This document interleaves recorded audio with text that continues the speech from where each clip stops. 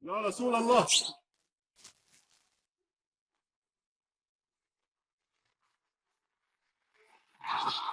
الله أكبر. Wilayah pemukiman Israel, tepatnya di Galilea bagian atas dibombardir puluhan rudal oleh Hizbullah.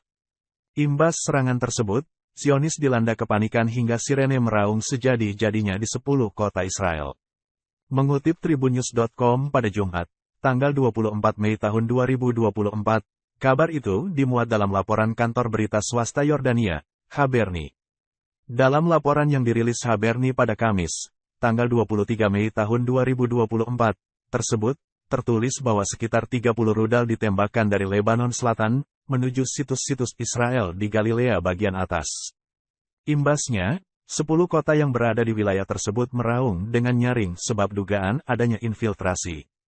Disebutkan pula bahwa serangan Hizbullah semakin intensif ketika Israel sedang fokus melakukan invasi militer ke kota Rafah, Gaza Selatan.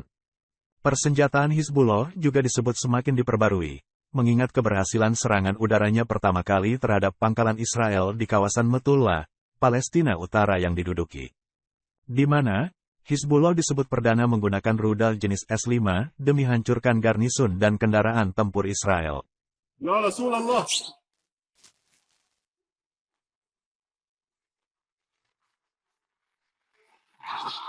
الله أكبر.